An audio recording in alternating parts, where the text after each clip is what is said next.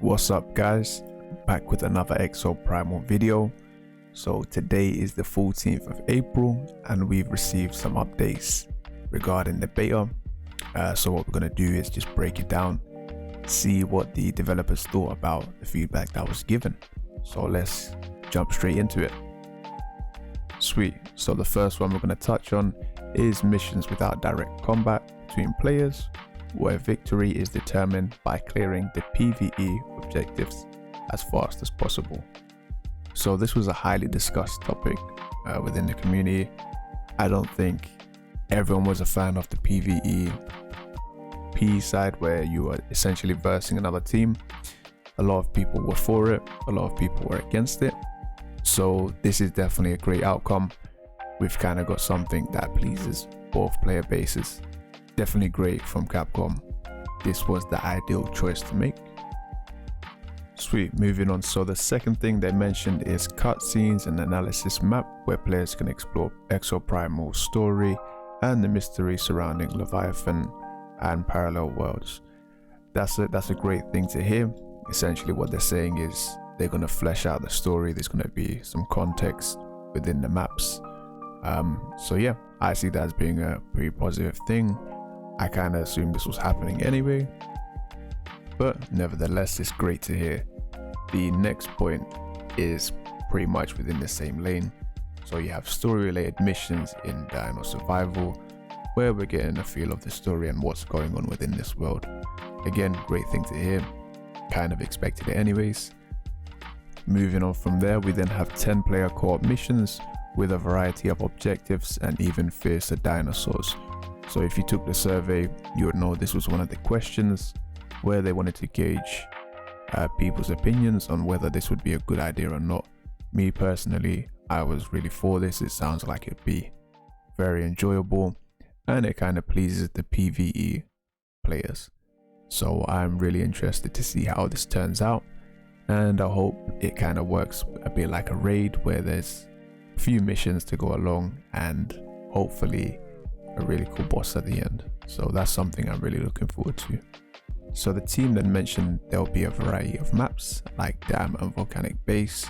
I'm hoping there's a good mix up of locations just to keep it fresh rather than becoming repetitive in terms of what you're seeing. We've then got 5-player missions that rotate weekly with global leaderboards and fastest completion times. This actually sounds like a really cool idea. I'd imagine you need to squad up and have a really solid team to complete the objectives as fast as possible. So I could see this really creating something cool where people tailor their builds. The team then tell us about equipment called modules that allow for deeper customization of exosuit capabilities.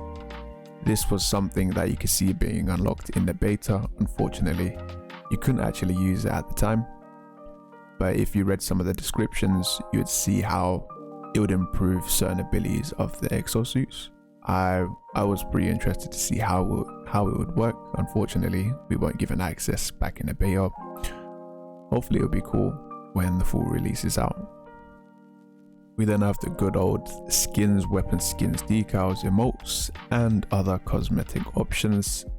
This is pretty much something that's common in every game these days. However, it does keep things fun.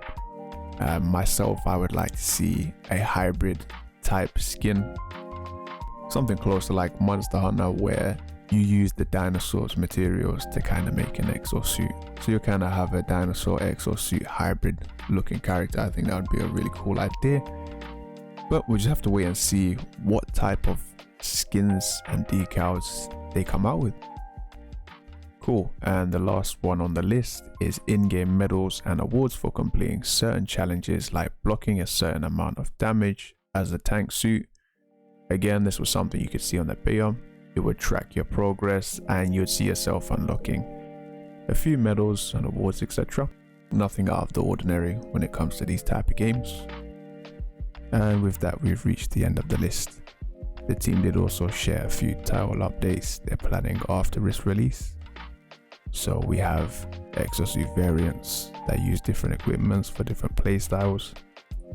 We've got updates with each season. So off the bat, we now know there's going to be seasons to this game. They've also confirmed there's going to be collaborations with other Capcom titles, so you could potentially see Monster Hunter, Devil May Cry, Resident Evil. It could really go anyway.